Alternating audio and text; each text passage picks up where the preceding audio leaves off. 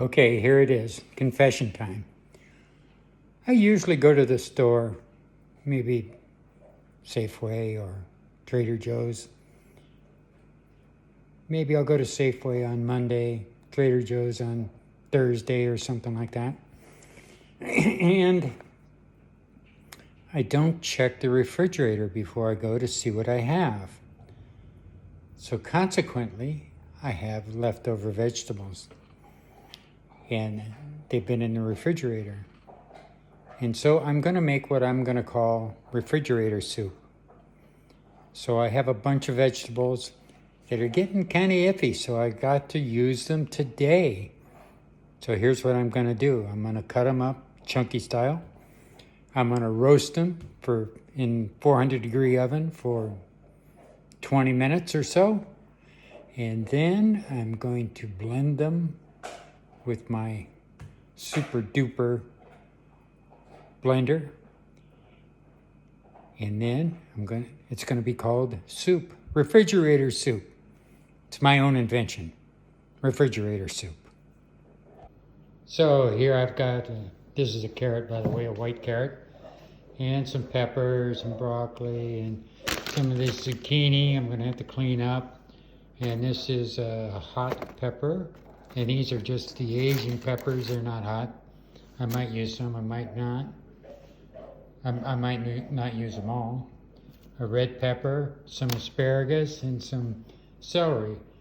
You know, some recipes only call for 2 pieces of celery. And nobody will sell you 2 pieces, so you got to buy a whole stalk. And then you forget you have the stalk. So I'm going to be using most of that stock today. Here we have the chopped up vegetables, and peppers and all that in there. And I've saved the asparagus to the side because this is going to cook for 20 minutes at 400 degrees. I'm going to toss some oil in there. It's one of my favorite oils. And I'm also going to use the taco sauce, spice that I've made up before, and 21 seasonings. And I'm going to show you a little trick with this baking pan. What I'm going to do is throw some water on there and spread it around. Then you press the parchment paper on top and it stays right there. You don't have to mess around with it. I don't know if somebody told me this or I thought about it or what, but this is what I do and I advise you to do it too. Okay, that's what it looks like, ready to go in the oven. When I use the food processor, I'll pop these stems off so you won't be eating stems. Looks pretty good. So I've tossed the asparagus and tomatoes, a little bit more oil in there, a little more spices, and I'll add this after the 20-minute beep goes off, and I'll cook it for another 20 minutes. Okay, it's been 20 minutes. This is looking pretty good. So I'm going to move things around here a little bit. Pop this asparagus and tomatoes on top. They are ready to go back in the oven for another 20 minutes. Don't worry about this oil or anything that's down in here because we'll use that when we make the soup. Nothing wasted. There it is, all ready to go.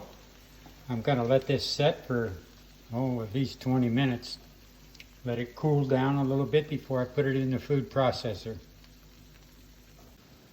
I've picked all the ends off of the peppers, so that doesn't get in the mix. If I missed one or two, hey, it's just more fiber, huh?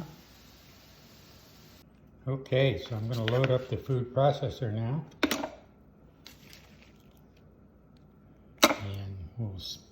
We'll give her a real spin.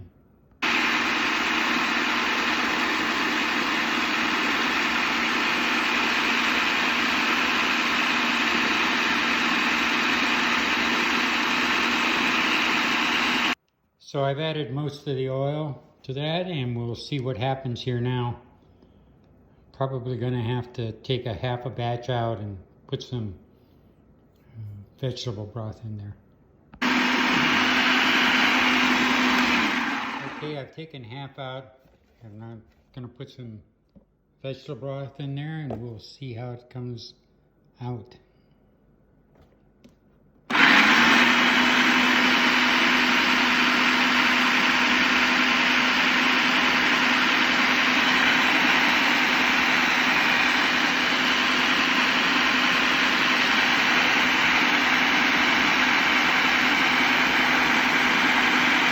So I'll give it a taste.